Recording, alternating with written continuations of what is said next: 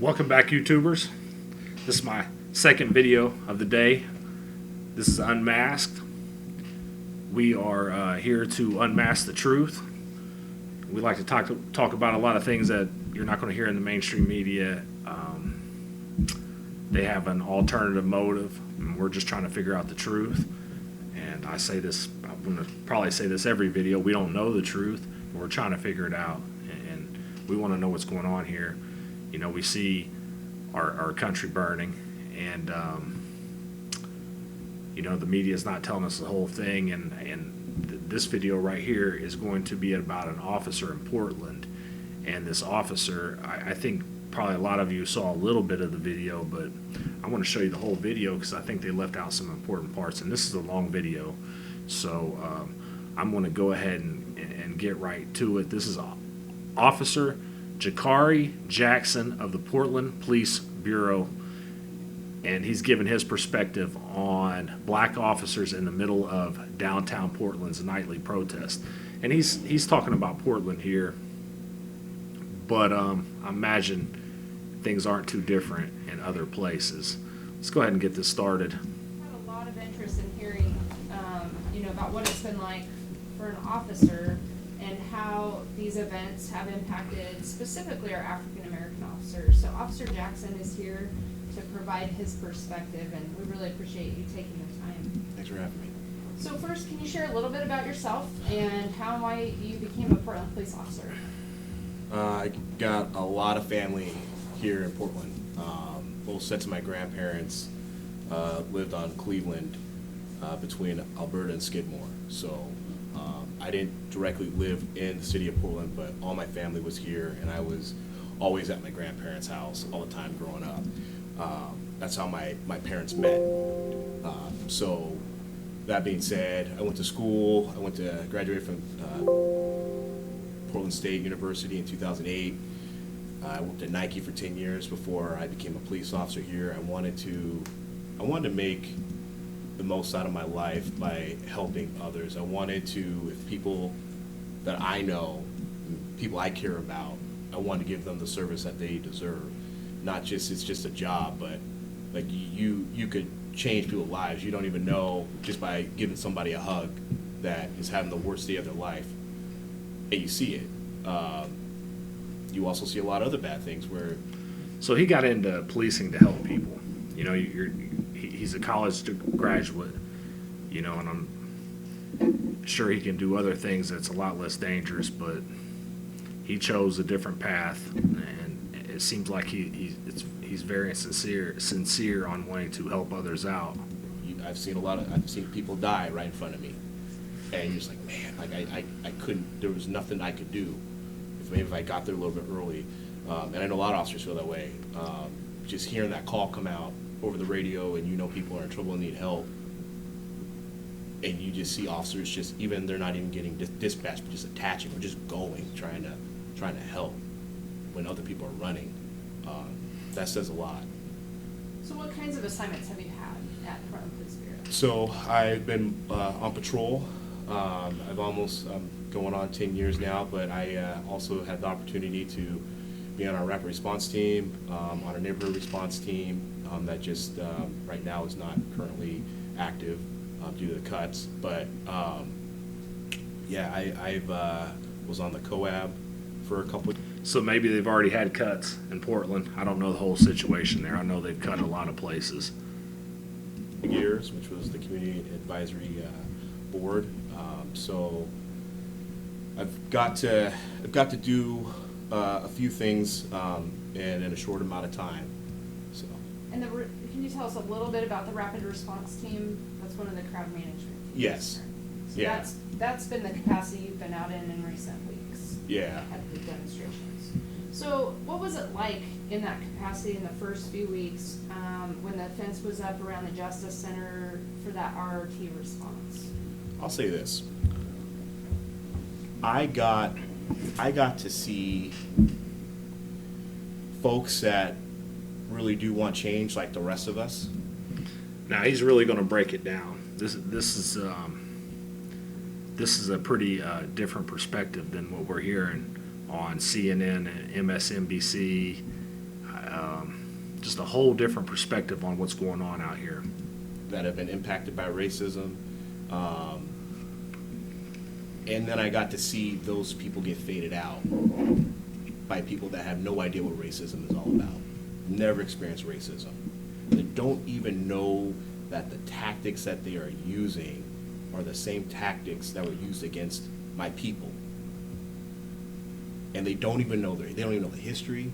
They don't know what they're saying.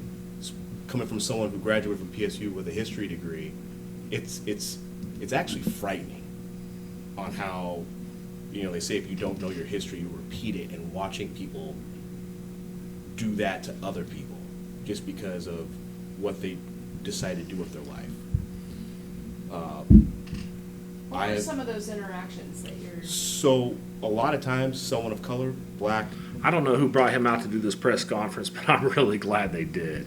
And that was a very good question that he was asked there to kind of lead him into what he's going to say next. Hispanic, Asian, come up to the fence and directly want to talk to me. Hey, what do you think about George Floyd? What do you think about what happened about this? I go up to the fence, someone white comes up, F the police, don't talk to him. That was the most bizarre thing because I could see it coming. I even had a young African American girl tell me, why is it you guys aren't talking to us? I said, honestly, this is now the 23rd day of doing it. Every time I try to have a conversation with someone that looks like me, someone white comes up and blocks them and tells them not to talk. And then right when I said that, this white girl popped right in front of her. She said, he just said that was going to happen. I said, told you. I told you. She looked at the girl and said, why'd you do that? And I straight up, I said, I've been called the N-word. She's been called the N-word. Why are you talking to me this way? Why do you feel that she can't speak for herself to me? Why is it that you feel you need to speak for Very her good question. when we're having a conversation? And she couldn't answer my question. No, she can't. All she said was, someone told me to do it. And she might be full of shit. Maybe she didn't. Maybe nobody told her to do it. But I think they have been told to do these things. These are a bunch of George Soros plants, and I'm not saying all of them is getting paid, but there's an amount of them that's getting paid to go out here and direct the rest of these idiots. I mean, this is a cult, and they prey on these weak-minded people that don't feel like they got any place. And I mean, this is the New Age cult. The progressive liberalism is just a cult. So that has been a very strange thing to watch. I'm cool with, people feeling like they want to help a movement, but then when you go to a gentrified community, and one of the first pictures I saw one of the business that was looted was a black-owned business. I'm like, they're not even from here. They don't even know what they're even doing. No idea. So that to me was very angering, watching, a business that was looted, and that business is across the street from a Safeway where before my father became a police officer here in Portland, he worked security at that Safeway. Talk about history and roots. And these folks don't even know what they're even doing. And so it's divisive, it's hurting the community. And I mean, I saw that press conference. Clearly the community was not happy with that. And they even asked for the violence to stop. And they still are coming out and having these violent interactions. Well, the people in the community got to stop asking. I mean, you're waiting here. The cops are getting. I don't know if people's been following in Portland, but it's crazy. It's absolutely nuts there, and they're going after federal buildings. They started a fire in either a federal building or the police station, maybe the police station, and that was late last night. Of course, it was late. I'm on the East Coast. Maybe it wasn't as late there, but it was still nighttime. And I saw where the police had got the fire out. I'm really not for sure what's going on, what happened after that. But these people are still going through it. And this guy's telling you what's really going on in Portland. This ain't got nothing to do with George Floyd. It never did. With other citizens, the police, and at some point you just go, what is the Bloody Sunday, Selma? Those folks marched because they wanted the right to vote. And they legitimately were beaten in the street for civil rights, to have rights that they were told they couldn't have because they were not even human. And then having folks scream and yell that they're being peaceful protests, but you're not peaceful because it is violent. And I actually had a cousin who went to one of the marches and he left. And he said, this has turned into something else. This is weird. So having an African American male marching and then leaving, like I said, it's been very eye-opening. But I did have great conversations. I met two young brothers who were literally, after I had taken an explosive, I had been hit with a full beer can, a rock in my chest, frozen water bottle had hit me. I met two young brothers that were out cleaning up the street. They had 2 garbage bags and they were just running and cleaning up. And a few of us from my team, we went over and we had to shake their hands. I was so moved by them and so impressed. And they said, you know, their words, we're from here. This is our city. Why? I don't understand. I don't understand why people that were from these cities let outsiders come in and destroy your neighborhoods, though. I don't get that.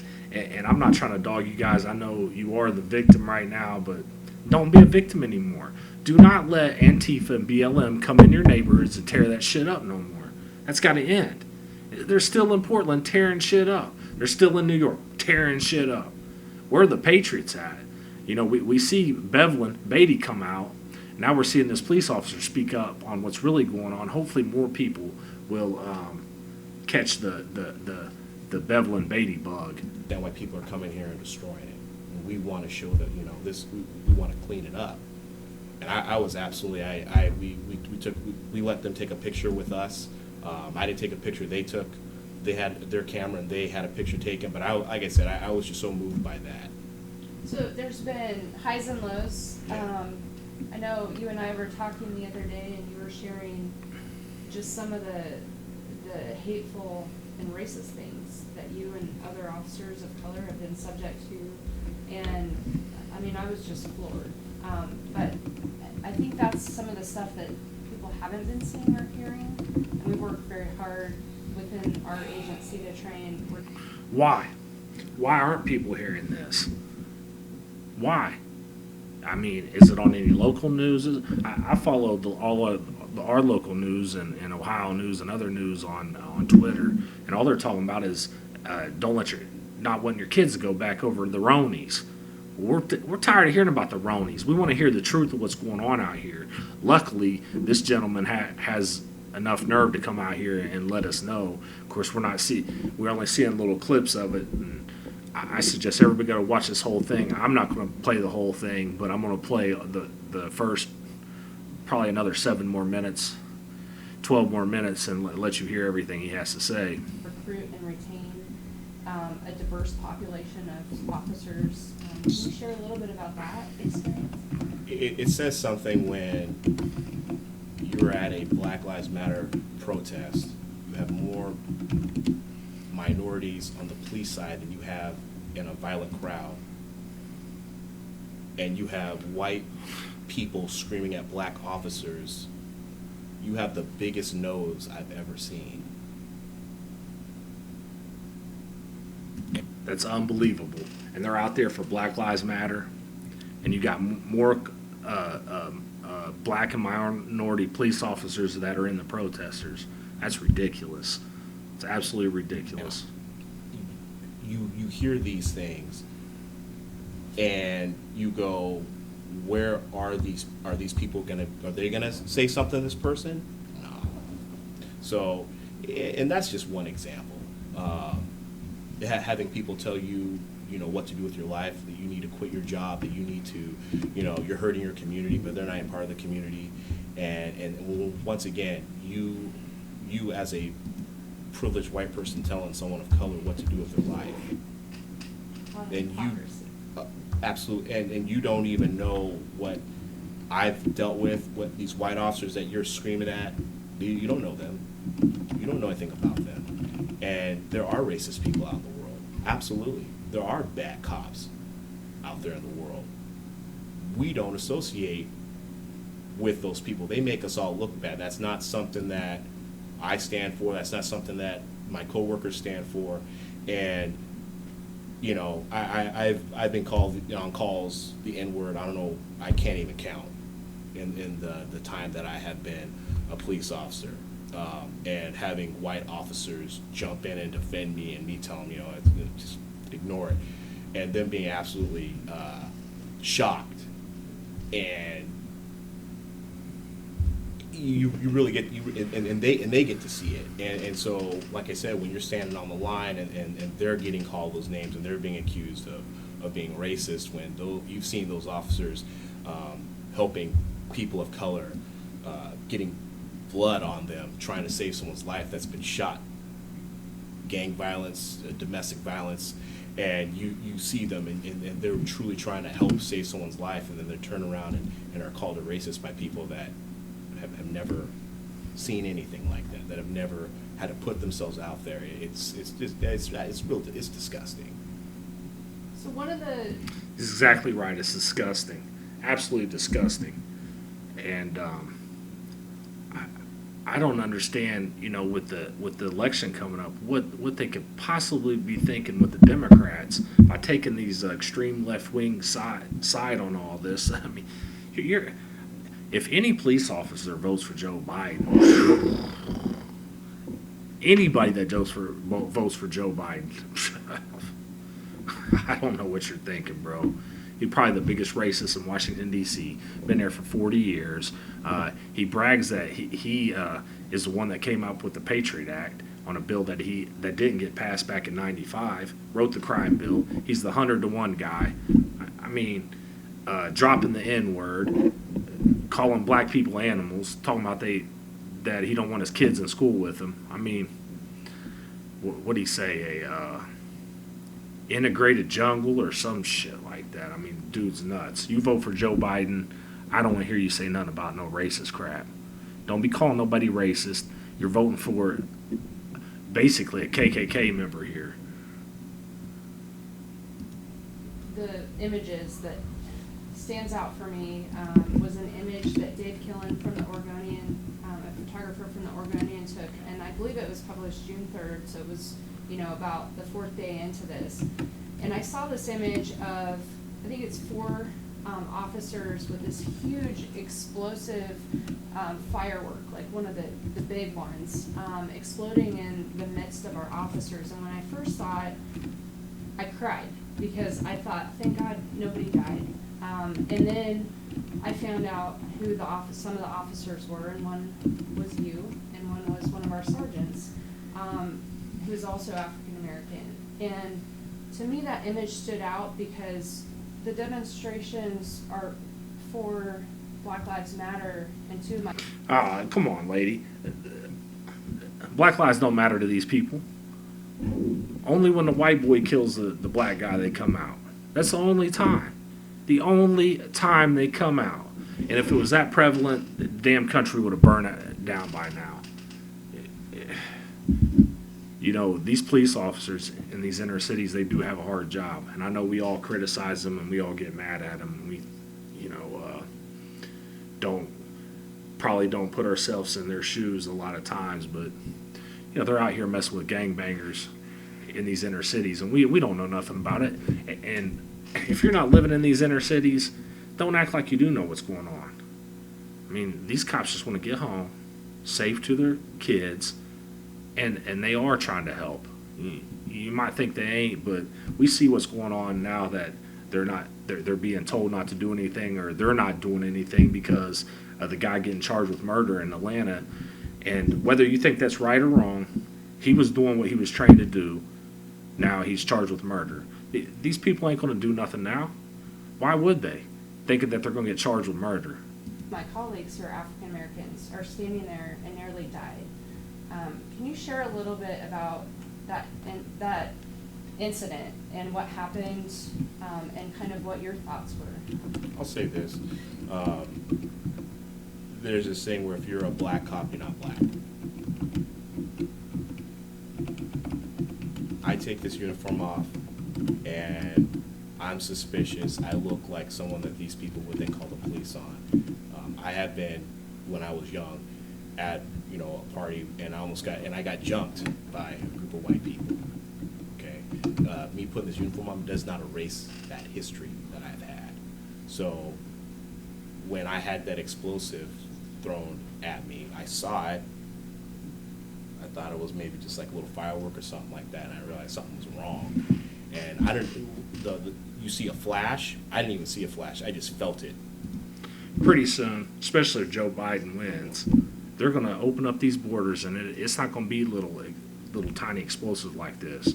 It's going to be the real deal. It's going to be Syria. It's going to be Libya. It's coming if we continue to allow this and we don't stand up. And it was hot, and I felt tingling in my fingertips. It was a very powerful blast. And to think that someone has that much anger and hatred, they don't even know someone, to throw something like that and just, not care. It's sad. It really is. But yeah, it went off, and all I remember was feeling it, and then I felt a fire medic. Their jobs are, if we catch on fire, they grab us by our shoulders and pull us back, and they'll put us out, and all we're supposed to do is cover our face, keep our airway open in case we do catch on fire. And I felt that blast. I had a gas mask on, so I couldn't see that well, and just felt these hands grab my shoulder, and I was like, oh, I'm hurt. I don't even know. I don't even know what just happened. I must be messed up. And they said that they were 10 feet behind me and felt the blast, and they knew, they just didn't know what had happened to me. And I feel lucky that I didn't get seriously injured. But I was told that people were taping marbles and rocks to these explosives. And so you just don't know what it is that you're going into when these things are flying at you in the air. It's some nights where it's dark, you can't see what's coming at you and what it is. Is it a rock? Is it an explosive?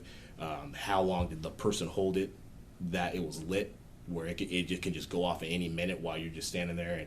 And I remember a night where I was holding my I had my stick in my hand, and I was looking at one of the forensic folks mess with their camera, and this rock, a big rock just came and just hit my stick from the dark and right between us, and I'm grabbing her and pulling her back behind a car. She didn't even see it. If that had hit her in the head, that had killed her. And like I said, rocks were dark. It was dark out, and so it was truly a terrifying experience. Just like I said, just not knowing what could happen to the person next to you. So I want to shift gears a little bit. This is, all this. They never know what's going to happen, and that's the thing. And it amazes me in Portland. I can't imagine Portland's even that rough. You got a bunch of these leftists there that want to destroy America, is all it is, and they try to hijack this black male struggle. And we all know BLM has nothing to do with black males.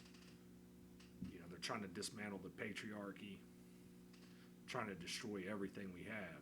Stuff is very intense, but there's been so much intensity out there night after night, for weeks and weeks on end, and it's hard, I think, to capture in words some of the emotion and some of the experience. So we have some exciting news, because you were one of the officers who was selected to be one of the new community engagement officers, and I want to just get your thoughts on that and what you hope for in this new and exciting assignment. I am so excited, because what I had fun doing on patrol was getting to know people. So I got to know so many people over almost 10 years of time, and joking with them, laughing with them, doing silly stuff with them, dancing, whatever, and getting to know them on a personal level where, they could talk trash to me, I could talk trash to them. It was funny, and just having that good of a bond with people in the community. And so this new position, I am so excited to bring all these people from the community, actual community members, and have them help us with this change. So, obviously, we've got a guy here that cares. You know, I'm glad they gave him a voice. I'm sure there's lots of men and women like this gentleman right here. They're not getting a voice right now. We're getting stopped from having a voice. They're banning us, they're censoring us off Twitter, off YouTube, off Google. You know, go Google something that has to do with conservatism, then go to a different search engine in Google, or not Google, but search for it, and see the difference of the articles that pop up and the access that you have all of a sudden. Google's hiding information from us. Twitter censors people. Instagram, Facebook, all of them have tried to stop our voice, but more and more people are standing up because they realize what's going on, and we're shifting way too far left, and it's time to stop it. And I'm going to stop right there with Jakhary Jackson, and I appreciate it, Jakhary. Let's send Jakhary as much love as we possibly can for coming out and discussing what's really going on, telling us who really are the racists here. BLM, Antifa, your days are getting numbered because more and more people are finding out about who you all really are. And when you have all the lamestream media taken up for you and people are seeing you destroy their cities, it's not going to end well here. It's not going to end well. There's going to be a major landslide in November, and we'll be taking this country back. The Patriots are taking this country back, and the Patriots aren't just what the news tries to sell as white supremacists. No, the white liberals are the white supremacists. It's coming out. Can't hide anymore. I'm going to finish on that note, so give us a subscribe, a like, a comment, help us beat these YouTube algorithms, and let's stop being silent. And until next video, talk to you guys later.